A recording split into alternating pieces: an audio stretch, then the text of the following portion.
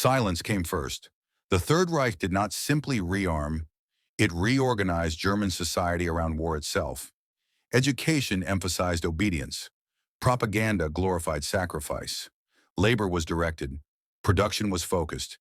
Everything pointed toward preparation for conflict. And in the early years, it worked. German factories produced excellent weapons, but not in overwhelming numbers. German tanks inspired fear, but they were complex machines, expensive to manufacture, and difficult to replace quickly. German pilots dominated the skies, but training replacements required time Germany did not have in abundance. Every German victory consumed resources that could not be easily replenished. Fuel burned, engines wore down, veterans fell. By 1940 and 1941, however, none of this seemed to matter. Victory followed victory. Enemy armies collapsed before fully mobilizing. Political leaders across Europe underestimated what they were facing and paid the price.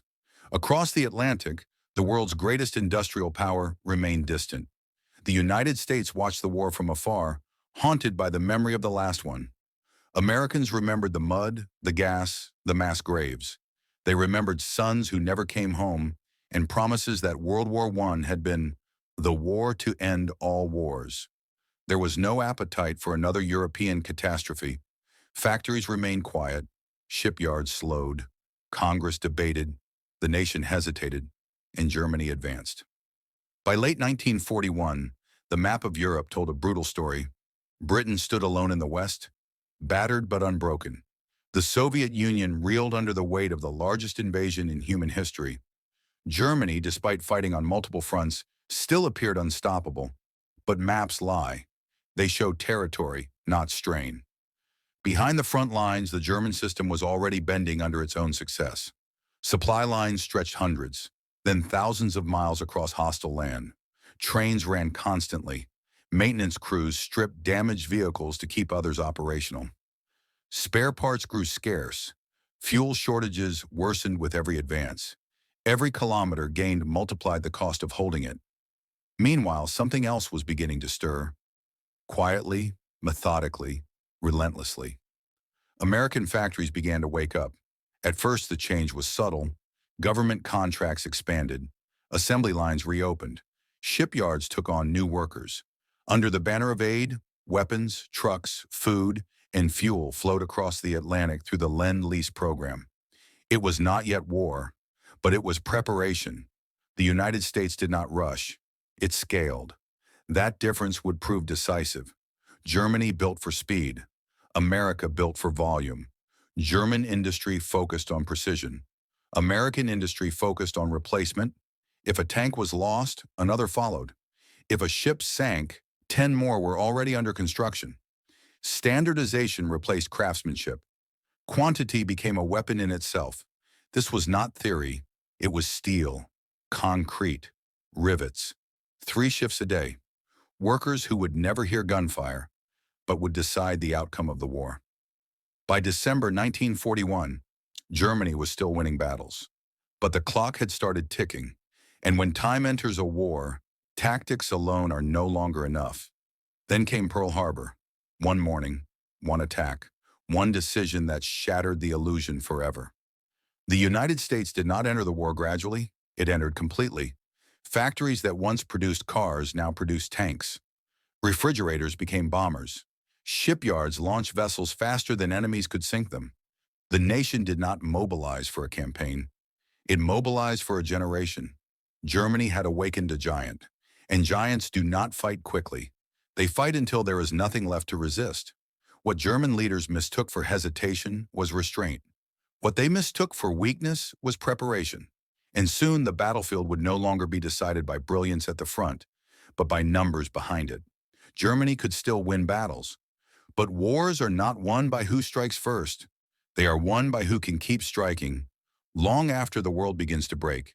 And that was the moment the war truly changed. The war did not change overnight.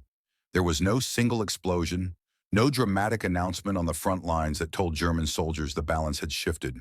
Instead, the change came quietly, invisibly, thousands of miles away, in places no Blitzkrieg could reach, in Detroit, in Pittsburgh, in California shipyards, in assembly halls where the noise never stopped. While German divisions still advanced across frozen plains and battered cities, another front had fully opened, one that would never appear on a battlefield map.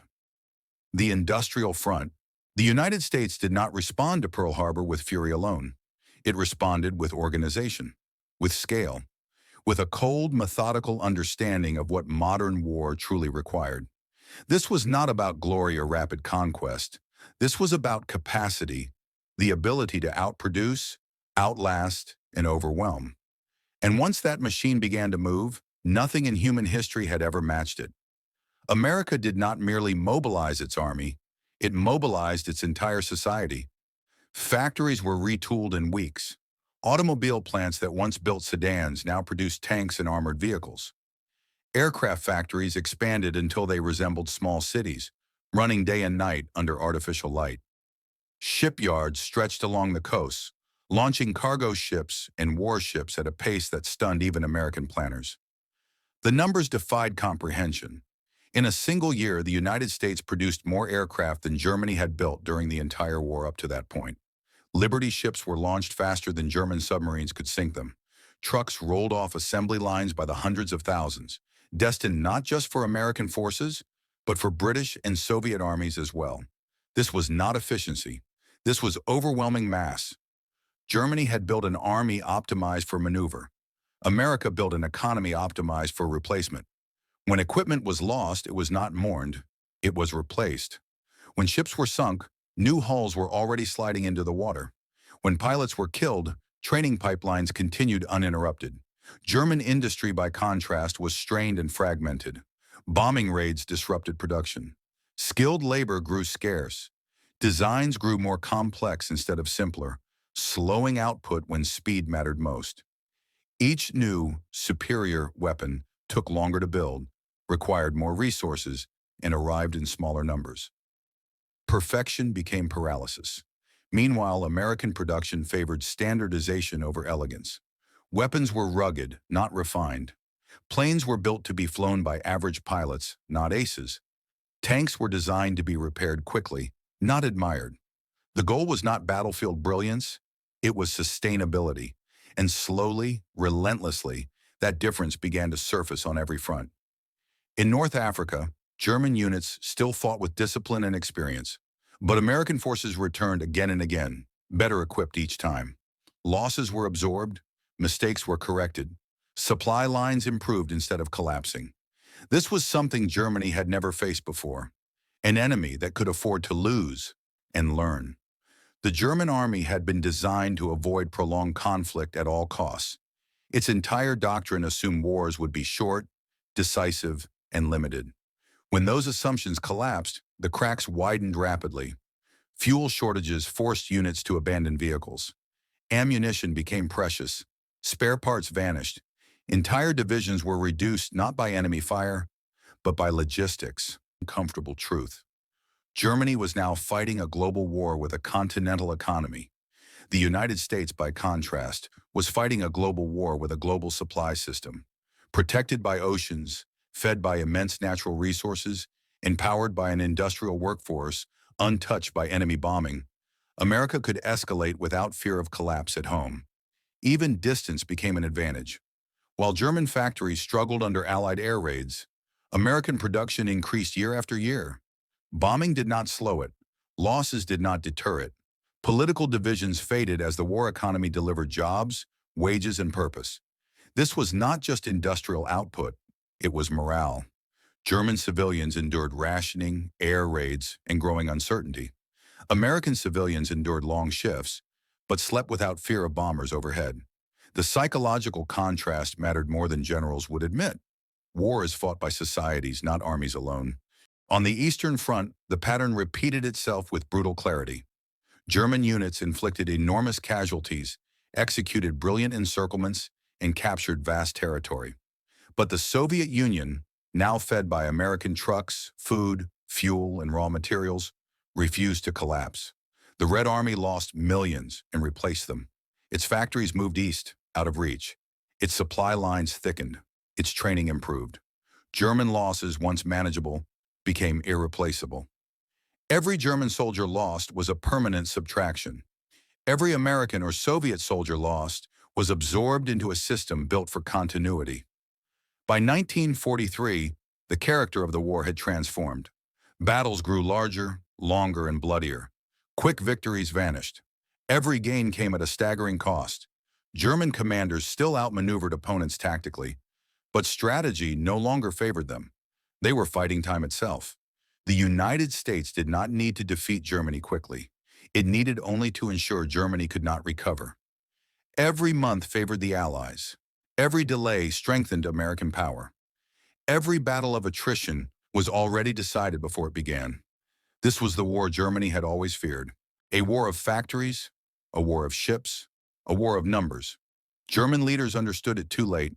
By the time production was centralized, designs simplified, and priorities corrected, the gap was already unbridgeable. America's output dwarfed anything the Axis could hope to match. By the time Allied forces landed in Italy, then in France, the outcome was no longer a question of if, only how long. The beaches of Normandy were not just an invasion of Europe. They were the physical arrival of American industry itself. Every tank that rolled ashore, every truck that followed, every crate of ammunition unloaded, all of it represented years of preparation Germany could never undo. And yet German soldiers still fought. They fought with skill, with discipline, with loyalty to comrades beside them.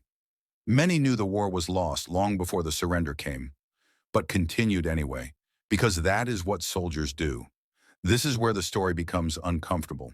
Germany did not lose because its soldiers were inferior. Germany lost because its system could not survive the kind of war it unleashed. The United States did not win because it was flawless.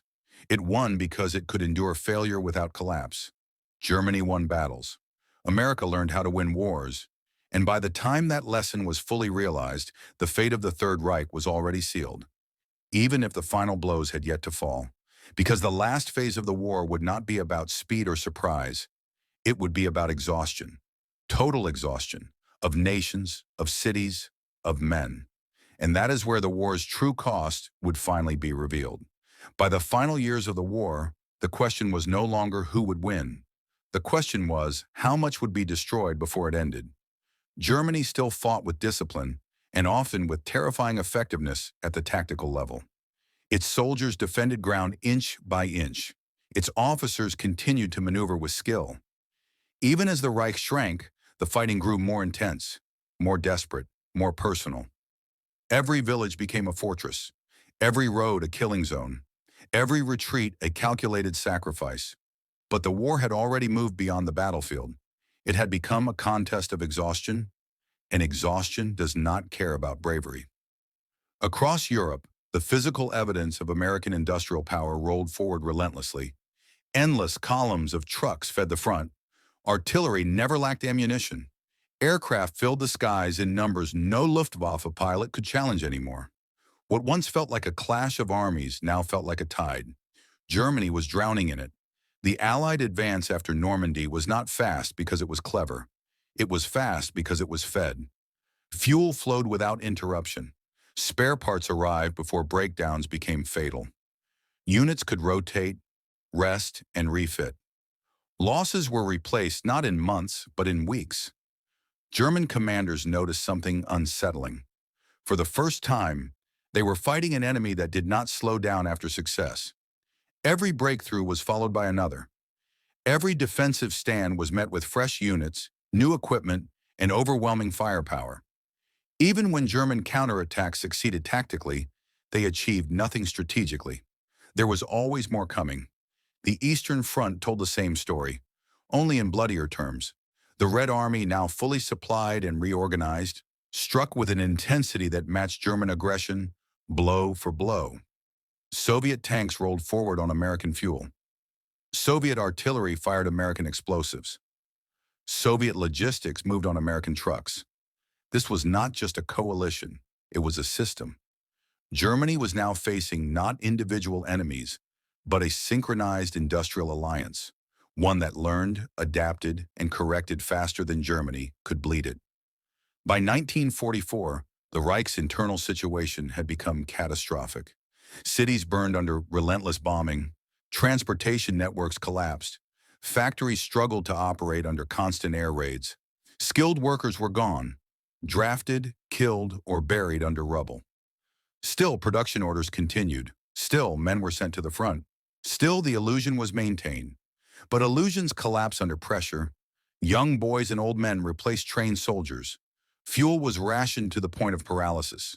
Aircraft sat grounded not from damage but from emptiness. Tanks were abandoned not because they were destroyed, but because they could not move. Germany had not been defeated in a single decisive battle. It had been outlasted. And this is the truth that makes many uncomfortable. The German army did not fail because it forgot how to fight. It failed because it was forced into a war it was never built to sustain. Blitzkrieg had offered victory through speed. Industrial war demanded victory through endurance. Time chose a side, and time chose America. There is a tendency, especially in simplified histories, to frame victory as the result of genius or moral clarity alone. But the veterans who lived it know better. They know that wars are decided by logistics, by fatigue, by how long men can endure cold, hunger, fear, and loss. They know that the last year of the war was not glorious. It was brutal. Every mile toward Berlin cost lives. Every liberated town revealed new horrors. Victory came not with celebration, but with silence. The same heavy silence that settles after something terrible has ended. When Allied soldiers finally crossed into Germany itself, many expected hatred. What they found instead was emptiness.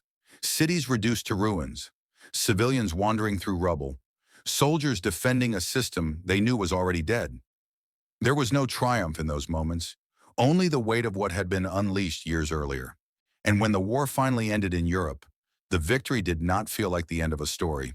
It felt like the end of an era. Because what the Second World War truly proved was not just that America could win, but how it won. Not through brilliance alone, not through speed alone, but through the quiet, relentless application of capacity. The United States did not outfight Germany at every encounter. It outproduced it, it outsupplied it, it outlasted it. And that lesson reshaped the modern world. From that moment forward, military power could no longer be measured only by divisions and doctrines. It had to be measured by factories, infrastructure, logistics, and the ability to sustain conflict without collapse. This is why the phrase endured. Germany won battles. America won the war. Not as an insult, not as a boast, but as a warning. Because the true danger of modern war lies not in the opening blows, but in what follows after the first victories convince leaders that momentum can replace reality. If this story resonates with you, especially if you've lived through war, served, or studied its cost, take a moment to share your thoughts in the comments. These histories survive because people remember them, question them, and pass them on. When we look back now, decades later, what remains is not the machinery, the maps, or the numbers. What remains are the men.